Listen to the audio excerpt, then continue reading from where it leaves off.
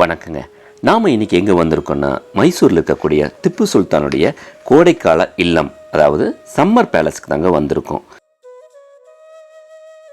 இந்த இடம் இப்போது இந்திய தொல்பொருள் ஆராய்ச்சி மையத்தின் மூலமாக ஒரு சுற்றுலாத்தலமாக பராமரிச்சுட்டு வந்துட்டுருக்காங்க.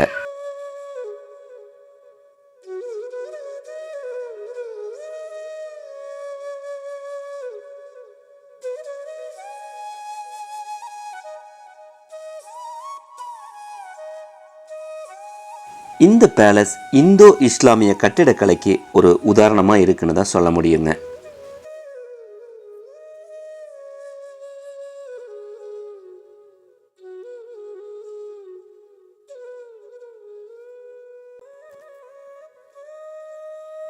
திப்பு சுல்தான் பயன்படுத்தின பீரங்கி, குண்டுகள் இதெல்லாமே நம்ம பார்வைக்காக இங்கே வச்சுருக்காங்க.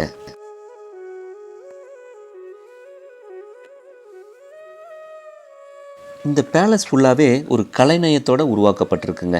இங்கே அழகான கைகளால் செதுக்கப்பட்ட தூண்கள், வளைவுகள், அப்புறம் பால்கனிகள், தூய தேக்கு மரத்தாலான அமைப்பு, இந்த மாதிரி நிறைய வச்சுருக்காங்க.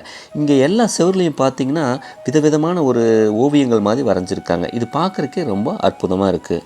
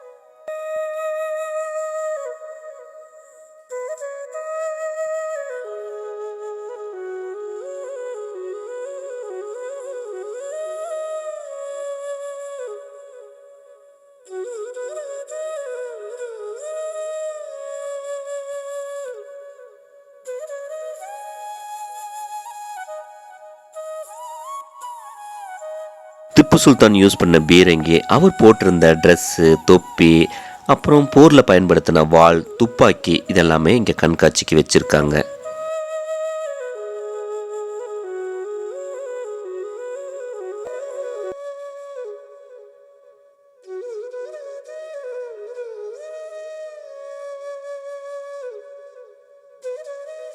திப்பு சுல்தான் பயன்படுத்தின நிறைய பொருட்கள் இன்னும் பத்திரமா இங்கே இருக்குங்க. அது மட்டும் இல்லாமல் பிரிட்டிஷ்காரங்க இவங்களுக்கு கொடுத்த மெடல்ஸும் இன்னும் பத்திரமா வச்சுருக்காங்க.